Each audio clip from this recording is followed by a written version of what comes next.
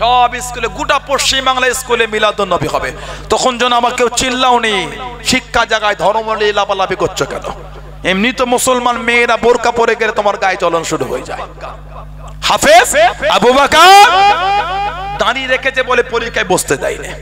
তুমি কি ভাবছো তোমার 10টা থাকলে আমারও 12টা আছে, তোমার 10টা থাকলে আমারও 8টা আছে? আমি আপনাকে থ্রেট দিইনি।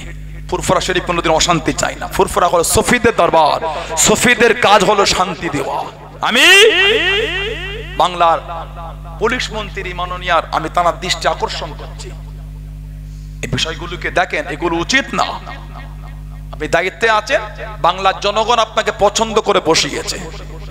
কথা ঠিক না ভুল বলছি? আপনাকে দেখতে আমি কোনো রাজনীতিতে কোনোদিন কথা বলতে চাই না।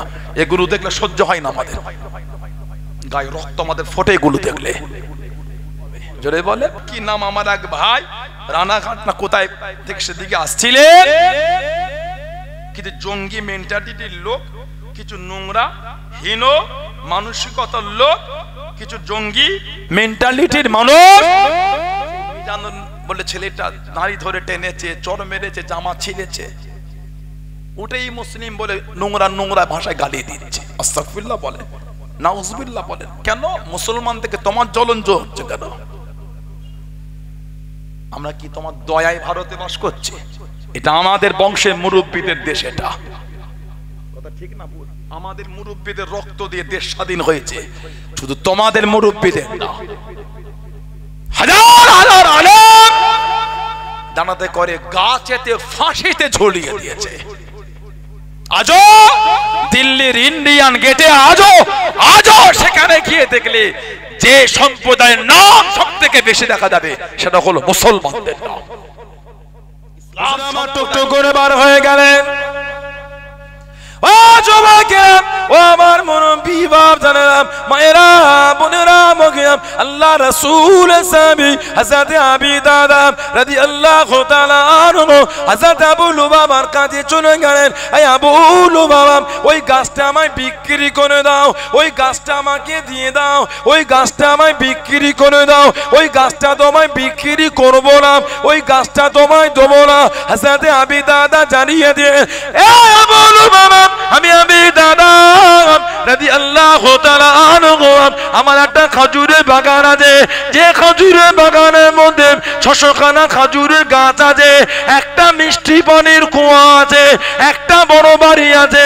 আমি দাদা রাদিয়াল্লাহু তাআলা আনহু গোটা বাগান তোমায় দিয়ে দেবো, গোটা বাগান তোমায় দিয়ে দেবো। এই দাদা, তুমি কি সত্য বলো? তুমি কি সত্য বলো? হ্যাঁ, আমি বাগান তোমায় দিয়ে দেবো। ও যুবকেরা, খাজুরের গাছখানা কিনে আল্লাহ নবীর এতিম সাহাবীকে দিয়ে দিয়ে, আল্লাহ নবীর এতিম সাহাবীকে দিয়ে দিয়ে, আল্লাহ নবী সাল্লাল্লাহু আলাইহি ওয়াসাল্লামের সামনে চলে গেলেন, কাছে দেখি দাঁড়িয়ে গেলেন। আসসালামু আলাইকুম ইয়া রাসূলুল্লাহ হাবিবাল্লাহ। আল্লাহ নবী সালামে জবাব খানা দিলেন, আল্লাহ নবী উত্তর খানা দিলেন, ইয়া রাসূলুল্লাহ হাবিবাল্লাহ। আল্লাহ পাকের নবী, আল্লাহ পাকের জান্নাতে খাজুরের গাছটা কি পাবো হুজুর? খাজুরের গাছটা কি পাবো হুজুর? আমি দাদা আপনার এতিম সাহাবীকে খাজুরের গাছটা দিয়েছি হুজুর। আল্লাহ নবী জিজ্ঞাসা করলেন, আল্লাহ নবী জানতে চাইলেন, ও বাবা দাদা, কিসের বিনিময় কিনলে বাবা? কিসের বিনিময় নিলে বাবা? ইয়া রাসূলুল্লাহ হাবিবাল্লাহ, ইয়া রাসূলুল্লাহ হাবিবাল্লাহ। আমি দাদা, আমার একটা খাজুরের বাগান ছিল, যে খাজুরের বাগানে 600 খানা খাজুরের গাছ ছিল, একটা মিষ্টি পানির কুয়া ছিল, একটা বড় বাড়ি ছিল, গোটা বাগান খানা দিয়ে দিলাম। আল্লাহ নবী জানিয়ে দিয়েন, আল্লাহ নবী সরিয়ে দিয়েন, ও বাবা দাদা, আল্লাহ পাকে জান্নাতে আর একটা খাজুর গাছ নয়, আর একটা খাজুর গাছ নয়। কামিন ইসকিরিদাইন লিআবি দাদাই ফিল জান্নাত, কামিন ইসকিরিদাইন লিআবি দাদাই ফিল জান্নাত। ও বাবা দাদা, আল্লাহ পাকে জান্নাতে তোমার জন্য খালি খাজুরের বাগান আর বাগান, খাজুরের বাগান আর বাগান। আমি নবী এখান থেকে দেখতে পাচ্ছি।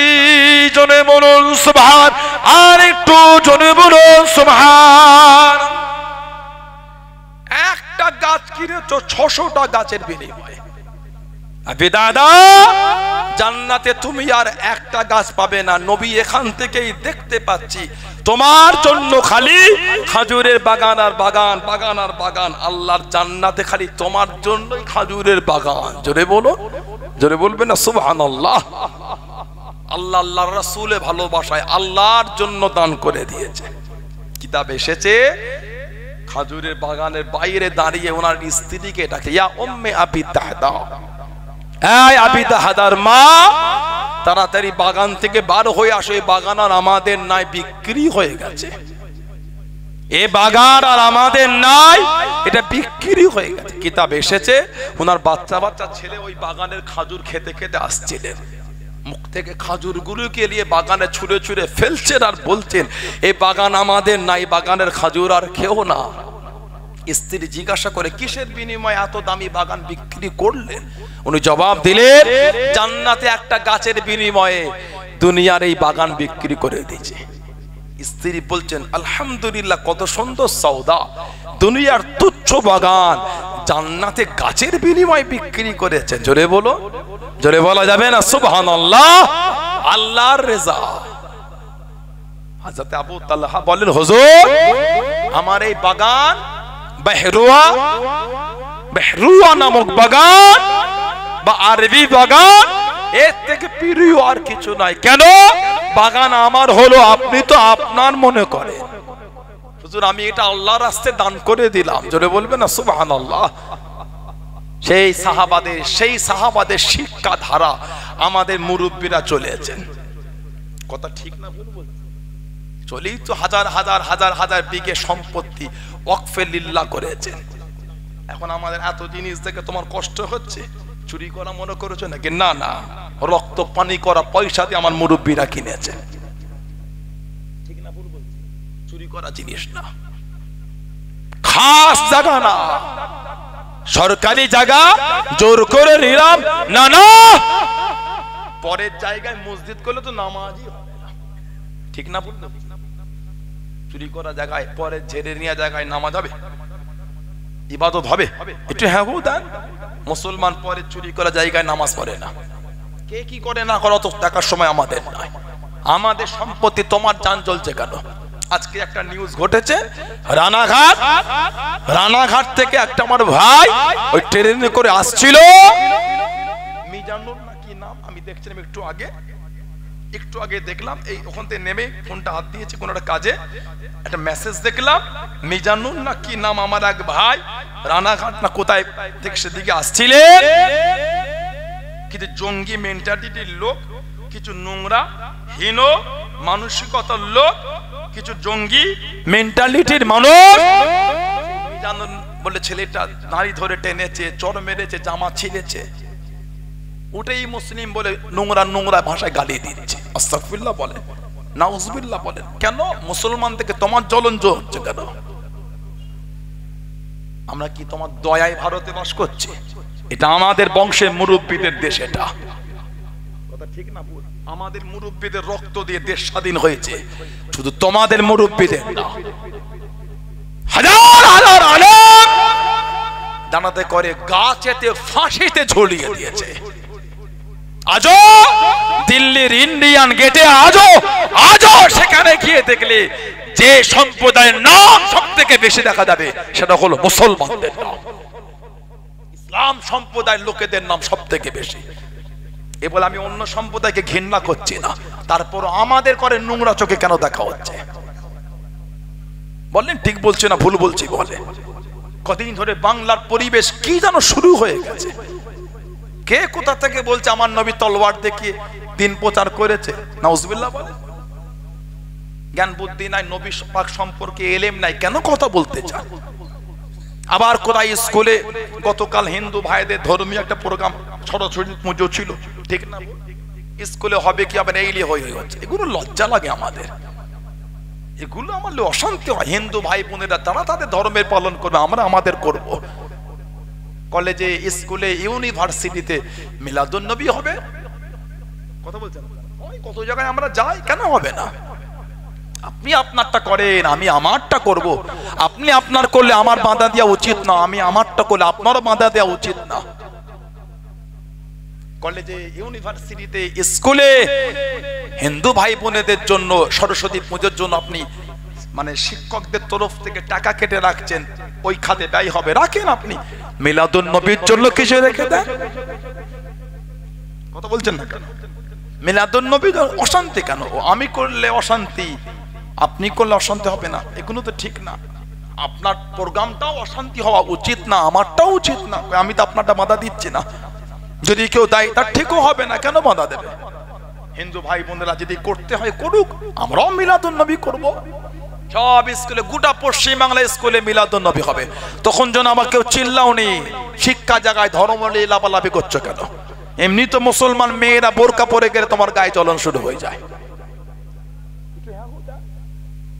মুসলমান মেয়েরা স্কুলে, কলেজে, ইউনিভার্সিটি বোরকা পরে গেলে কিছু কিছু লোকের রাগ হয় কেন? আমার হিন্দু বোনটা মাথায় সিঁদুর দিয়ে হাতে শাঁখা পরে স্কুলে আসবে, অবশ্যই আসবে। কলেজে আসবে, ইউনিভার্সিটি, অবশ্যই তার ধর্মকে পালন করে সে আসবে। আমার হিন্দু ভাইটা, ব্রাহ্মণ বাড়ির ছেলেটা গলায় পইতে দিয়ে অবশ্যই সে কলেজ, ইউনিভার্সিটি, স্কুলে অবশ্যই যাবে। পাঞ্জাবি শিখ মাথায় পাগড়ি পরে অবশ্যই যাবে।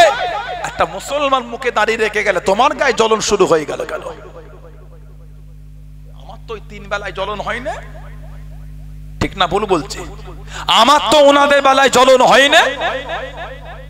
আজকে পোস্টটা দেখে খুব ঘৃণা লাগলো। এই 1 ঘন্টাকে দেখলাম, সম্ভবত মিজানুর বলে নাম ছিল, ফেসবুকে দিয়েছে। তার দাড়ি ধরে টেনেছে। এই জঙ্গিগুলোর এত বাড়বড়ন্ত হলো কি করে? কে তোমাকে অধিকার দিয়েছে? বাংলার পরিবেশ এতদিন আমরা বলতে ইউপিতে হয়ে গেল, গুজরাটে হলো, অমুক জায়গায়, বাংলায় শুরু হয়ে গেল। কথা বলছে না কেন? নোংরা হীন মানসিকতার লোকগুলো বাংলার পরিবেশ নষ্ট করতে চায়। আমি বাংলার পুলিশ মন্ত্রী মাননীয়ার আমি তার দৃষ্টি আকর্ষণ করছি, এই বিষয়গুলোকে দেখেন, এগুলো উচিত না। আপনি দায়িত্বে আছেন, বাংলার জনগণ আপনাকে পছন্দ করে বসিয়েছে। কথা ঠিক না ভুল বলছি? আপনাকে দেখতে, আমি কোনো রাজনীতি কোনো কথা বলতে চাই না, এগুলো দেখলে সহ্য হয় না, আমাদের গায়ে রক্ত আমাদের ফোটে এগুলো দেখলে। তুমি কি ভাবছো তোমার 10টা থাকলে আমারও 12টা আছে, তোমার 10টা থাকলে আমারও 8টা আছে? আমি আপনাকে থ্রেট দিইনি। ফুরফুরা শরীফ কোনোদিন অশান্তি চাই না। ফুরফুরা হলো সফিদের দরবার, সফিদের কাজ হলো শান্তি দেওয়া, শান্তি শেখানো। কথা ঠিক না ভুল বলছি? আমাদের কাজ অশান্তি না, আমাদের কাজ শান্তি। আপনি উগ্রমি দেখাচ্ছেন কেন? আপনি মুসলমান থেকে গালি দিচ্ছেন, দাড়ি ধরে টানছেন, কি শুরু করেছেন? ফাজলামি খুঁজে পান না নাকি? পাগলামি খুঁজে পান না নাকি? ইসলাম কালও জিন্দা ছিল, আজও জিন্দা, ইনশাআল্লাহ কিয়ামতের সকাল পর্যন্ত জিন্দা থাকবে। জোরে বলে, আর জোরে বলা গেল না। আপনি ইসলামকে থ্রেট দিচ্ছেন, আপনি ভাবছেন কি আমাদের করে থ্রেট দিয়ে ভয় খাইয়ে দেবেন? মুসলমান ভয় খায় না, মুসলমান আল্লাহ ছাড়া দ্বিতীয় কাউকে ভয় খায় না। জোরে বলে, জোরে বলে। কদিন আগে পেপারে দেখলাম 26শে ডিসেম্বর আহমেদাবাদের একটা নিউজ, আমি পেপারে দেখছিলাম, আহমেদাবাদের 26শে ডিসেম্বর, কত 26শে ডিসেম্বর একটা নিউজ দেখলাম। হাফেজ আবু বকর দাঁড়িয়ে রেখেছে বলে পরীক্ষায় বসতে দেয়নি। কি জঘন্য চিন্তা ভাবনা! ভারতের প্রাইম মিনিস্টারের মুখে দাঁড়িয়ে আছে না? ভারতের প্রাইম মিনিস্টার মুখে দাঁড়িয়ে না, ভারতের ক্রিকেট টিম বেশিরভাগ প্লেয়ারের মুখে দাঁড়িয়ে রেখে প্রাইম মিনিস্টার দেশ চালাতে পারছেন। স্বরাষ্ট্রমন্ত্রীর মুখে ছোট ছোট দাঁড়িয়ে, অমিত শাহ ছোট ছোট দাঁড়িয়ে, ভারতের বড় বড় অফিসারদের মুখে দাঁড়িয়ে, খেলার প্লেয়ারদের মুখে দাঁড়িয়ে, কারোর আপত্তি নয়। হাফেজ আবু বকর দাঁড়িয়ে রেখে পরীক্ষা বসলে আপনার কষ্ট হয়ে গেল। এসব নোংরামি গুলো বন্ধ করে। আল্লাহ পাকে ফিতনা থেকে আল্লাহ আমাদের হেফাজত করে, বলেন আমিন। জোরে বলেন আল্লাহুম্মা আমিন। আমার ভাইয়েরা, বাপজানেরা, ছেলেরা, যুবকেরা, মুরব্বীরা, আমাদের মুরব্বীরা জায়গা দিয়েছে, দেখভালের দায়িত্ব কিন্তু আমাদের। ওয়াকফের সম্পত্তি আমাদের দেখতে হবে। দেখলেন না কলকাতা হজ হাউসে ভিডিও ঘুরছে, হজ হাউসে মদের বোতল। নাউজুবিল্লাহ বলেন, আস্তাগফিরুল্লাহ বলেন। কেন কেন এই নোংরামি হবে? ওটা আমাদের পবিত্র একটা জায়গা। কাবা শরীফে হাজিরা হজ করতে ওখানে ইহরাম পড়েন, ওযু করেন, নামাজ পড়েন, ওখানে মদের আসর বসছে, পাগলামি খুঁজে পান না। প্রশাসন ভাইয়েরা থাকে ওখানে, ওখানে মদের কে খেয়েছে আমার দেখার দরকার, কেন খেলো মজা বসে হোটেলে রাখেন। কত তো হোটেল কলকাতায় আছে, ঠিক না? আল্লাহ পাক ফিতনা থেকে আমাদের হেফাজত করে, বলেন আমিন, বলেন আল্লাহুম্মা। এত মুসলমানকে নোংরা চোখে দেখাটা কিন্তু ঠিক না। তবে যা ভাবছেন তা নয়, আল্লাহ ছাড় দেন, ছেড়ে দেন না। দেখছেন ওই আমেরিকার লস অ্যাঞ্জেলস সিটি ক্যালিফোর্নিয়া, যারা এতদিন অস্ত্র দিয়ে প্যালেস্তাইন, গাজা, সিরিয়া, লেবানন, ইসরায়েলকে অস্ত্র দিয়ে যারা প্যালেস্তাইনে ফেলে তাবাহ করেছে, সেই আমেরিকার লস অ্যাঞ্জেলস সিটি ক্যালিফোর্নিয়া আল্লাহর গজবে তাবাহ হয়ে গেছে। কথা ঠিক না ভুল বলেছে? আল্লাহ ছাড় দেন, আল্লাহ ছেড়ে দেন না। আমার ভাইয়েরা, বাপজাদেরা, তাই আমি মিডিয়া হচ্ছে, আমি সমস্ত ভাইদের কাছে, আমি হিন্দু ভাই বোনদের কাছে, দলিত, আদিবাসী, পাঞ্জাবি, গুজরাটি, মারাঠি, শিখ, বৌদ্ধ সবার কাছে অনুরোধ জানাই, আসেন সবাই কাঁধে কাঁধে মিলে শান্তিতে বসবাস করি, আর নোংরা লোকেদের বিরুদ্ধে আমরা একজোট হই।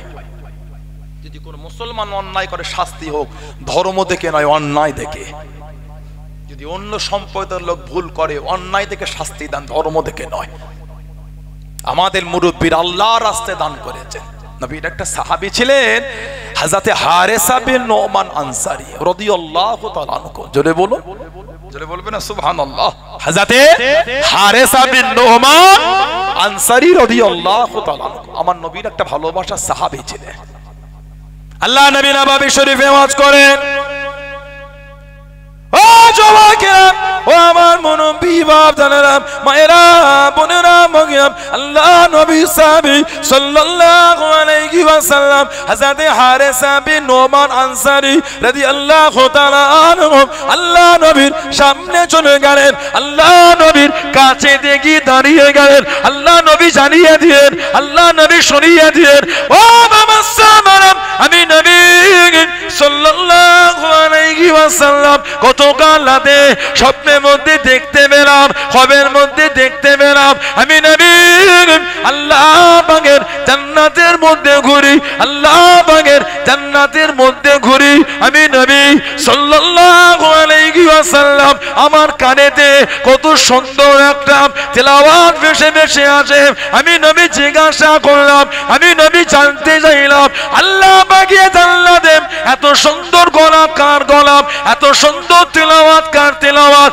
ও বাবা সালাম, আমি নবী জানিয়ে দিয়া করো, ইয়া রাসূলুল্লাহ হাবিবাল্লাহ, ইয়া রাসূলুল্লাহ হাবিবাল্লাহ, আল্লাহ পাকের নবী এটা অন্য কারো গলা নয়, এই গলাটা হলো আপনার সাহাবী হযরত হারেসা বিন নোমান আনসারী রাদিয়াল্লাহু তাআলা আনহু। ও বাবা হারেসা, আল্লাহ পাকের জান্নাতে তোমার গলায় কুরআন শরীফ শুনেছি, জোরে বলুন সুবহান, আর একটু জোরে বলুন সুবহান। তোমার গলার তেলাওয়াত জান্নাতে কেউ শুনেছে। কেন? এত ইজ্জত আল্লাহ ওনাকে দিলেন, এত সম্মান। নবী পাকের মেয়েকে উনি ওনার ঘর দিয়ে দিয়েছিলেন, সুবহানাল্লাহ বললেন না? আল্লাহর নবী মেয়ে হযরত ফাতিমা রাদিয়াল্লাহু তাআলা আনহা, এত ইজ্জত আল্লাহ ওনাকে দিয়েছে। আমাদের নবী বলেন, গায়েবতের ময়দান আল্লাহর তরফ থেকে গায়েবী ভাবে একটা আওয়াজ হবে, ইয়া আহলাল জামঈ বা ইয়া আহলাল মাহশার গাত্তু আফসারাকুম, এ হাশরবাসী তোমরা তোমাদের চোখটাকে নিচের দিকে করে নাও, হাত্তা তামুররা ফাতিমা বিনতে মুহাম্মদ সাল্লাল্লাহু আলাইহি ওয়াসাল্লাম।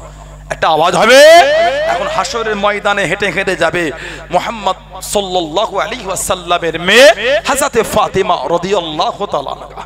৭০,০০০ জারিয়াতু মিনাল হুরিল ঈন, ৭০,০০০ হুর ফাতিমাতুজ জোহরাকে গার্ড দিয়ে দিয়ে আল্লাহর জান্নাতে নিয়ে যাবে। বললেন আলহামদুলিল্লাহ, উনি আমার নবী দরবারে হাজির।